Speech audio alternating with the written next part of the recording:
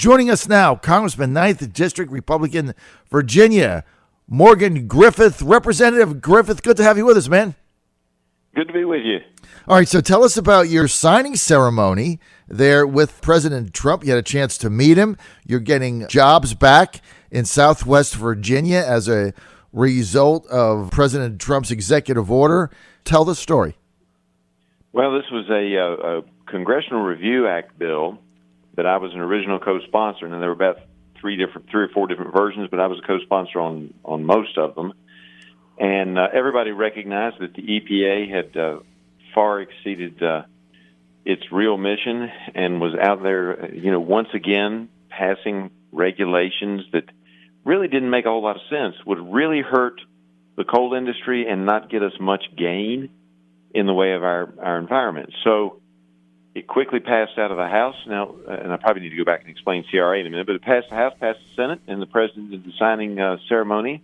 And I was invited to the White House to be there for the signing of the bill. And very important for my district as a down payment on his promise to end the war on coal, to make sure that we burn coal cleanly, but that people know they can, in fact, burn coal, because we're going to need to continue to use it, not only in the United States, but worldwide. Now, let me go back and talk about the CRA, because that's important, the Congressional Review Act.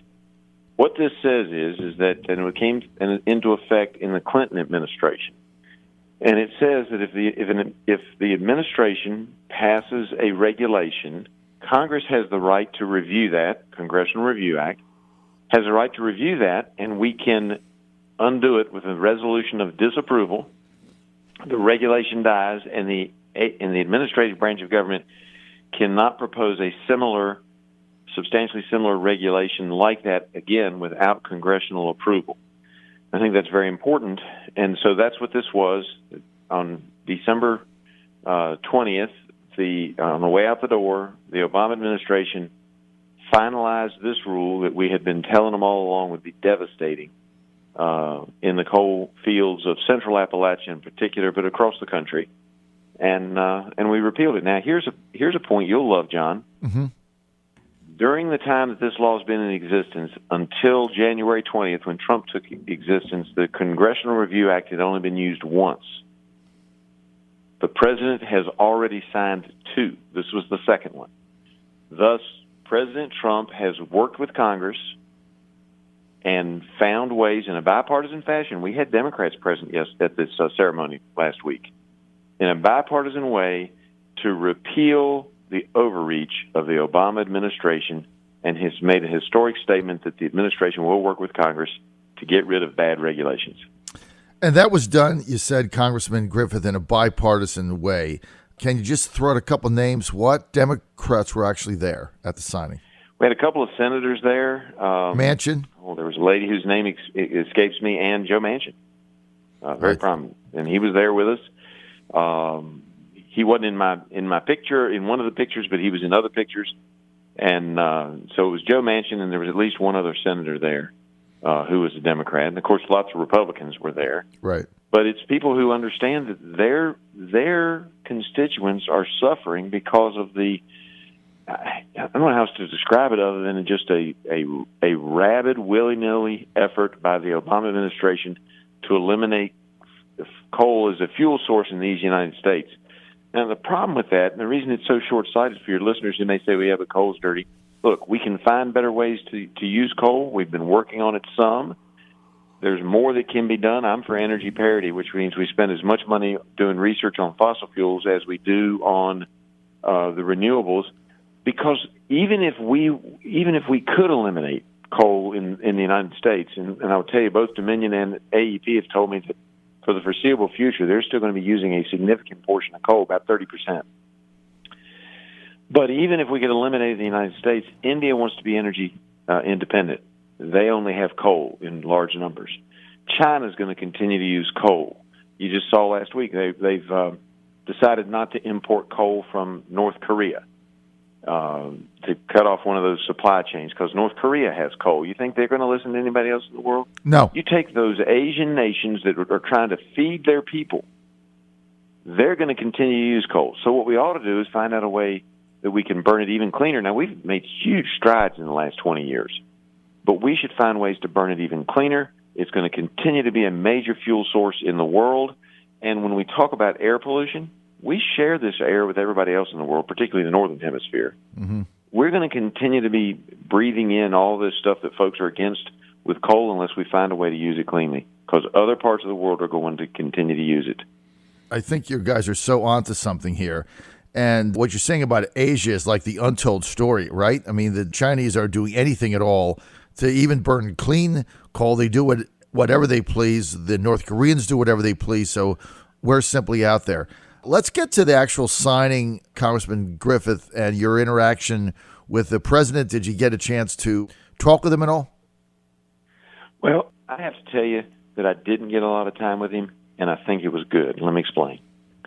Here's what the president did, and this you'll never see in the mainstream media. The president made a big deal. We had some miners there who were impacted by this. They showed up, wearing their gear.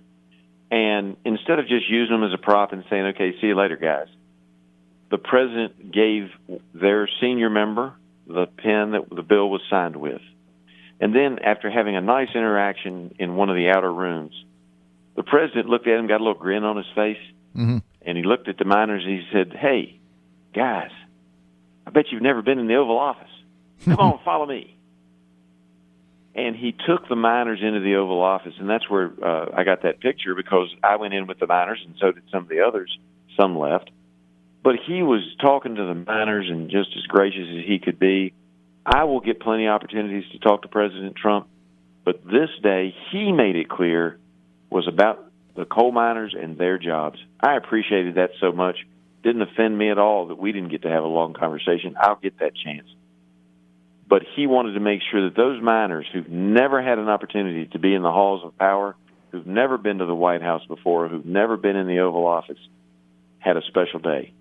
What a great guy. I tell you what, that is fantastic. And that is in line with his style of going straight to the people and wanting to bypass some of the normal channels instead of featuring, politicians and elected officials. I mean, go straight to the people that matter, in this case, minors. So I think that's fantastic. Congressman, let's get to this in-bed Obama shadow government that is now percolating up, that we're getting media stories in the news that President Obama has implanted all these pro-Obama kind of anti-Trump bureaucrats within the government. Now, these are legitimate government workers. I want to get that straight. They're in the government. They're part of the bureaucracy. And some people have referred to it as a shadow government. Other people are now calling it deep blue. But these are legitimate bureaucrats that don't share Trump's agenda, that now some people are saying might be undermining certain things. A shocking tweet came out on Thursday from your colleague from Texas, Mac Thornberry, chairman of the Armed Services Committee, who said that General Mattis was being undermined by these bureaucrats. Is there any truth at all to this? Well, I don't know if there's any truth. We've long had a problem where the bureaucrats have way too much power, which is why the Congressional Review Act is great, which is why we hope to get the REINS Act, which says all regulations over that cost more than $100 million come to Congress before they can go into effect. We've got to claw back power for the legislative branch, but administrative branch bureaucrats have way too much power. Now, they're always, from one administration to the next, there's some holdovers, particularly some of those folks who believe the government can solve all the problems and don't care for the private sector. They tend to stick around longer, just as a natural way things work, because a lot of the folks, say from the Bush administration, would have later gotten job offers in the private sector paying more money, and they go to that. So you're always going to have a little bit of a left lean to the bureaucracy. The question is, are they slow walking or intentionally trying to undermine the president and his appointees? If that's the case, then we need to make sure we get rid of them. And there are ways to do that. It's not easy under the normal pathways, but there are ways. And if people are insubordinate, they can be fired for cause, or we can, work with the administration on ways that Congress can help them figure out how to do this in a fair process. There's not going to be a witch hunt. Don't want to scare people. But just like in any job, if you're not doing the job, if you're intentionally violating the orders of the people who are, higher up in the organization, whether it be the president or General Mattis or any other person, then you need to give up your job. You need to say, okay, I'm not fit for this job because I'm not willing to follow those orders. Right. That's fine. It was like that acting attorney, U.S. Attorney General. If she didn't agree with the president, it would have been fine for her to have resigned and stated her case publicly. That's legitimate. Right. But just refusing to do what she's supposed to, she should have been fired. Right. And the same thing should happen to any bureaucrat who is unwilling to move forward. They feel that strongly about it, they should resign. Well, it's like they fired one of the advisors in the National Security Council. They fired on Friday that went to some think tank meeting and criticized the president and his policies, and they fired him the next day. I mean, either you're going to be on the team or not, right? That is correct. And look, that doesn't mean these people can't express their viewpoints. But if you are diametrically opposed to the way that the administration wants to run things, and the administration is following the laws set up by Congress, then your choice is to resign or follow your instructions. It's pretty clear to me.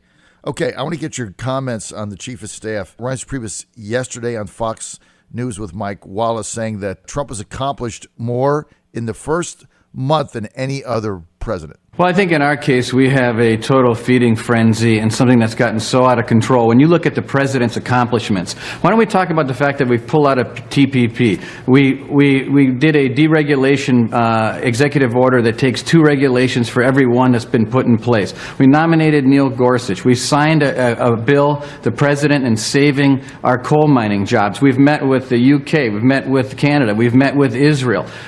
We have done so many things that are noteworthy and an accomplishment one day after the next. The storyline should not be about bogus Russian spy stories. They should be that this president has accomplished more in the first 30 days of this presidency than people can possibly remember in a very long time.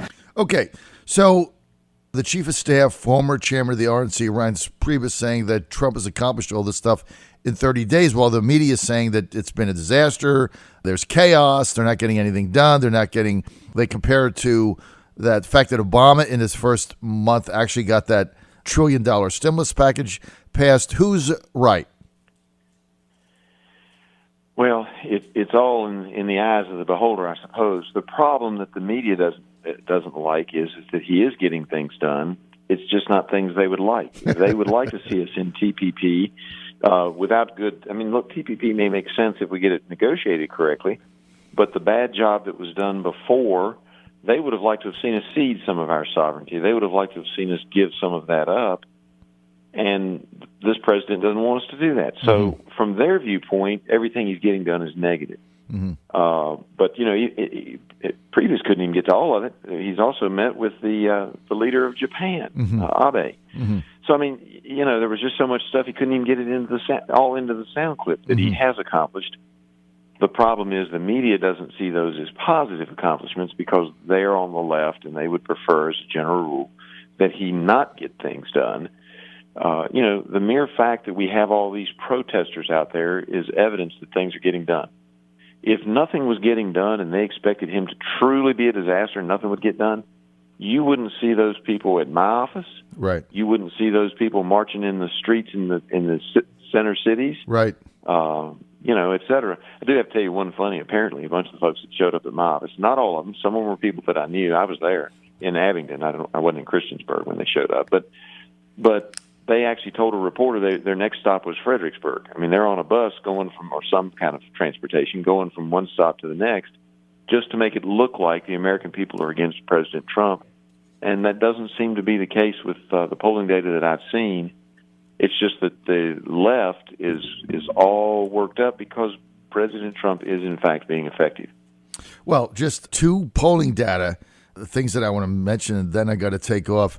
66% of Americans think the economy is moving in the right direction. They're optimistic. That's number 1.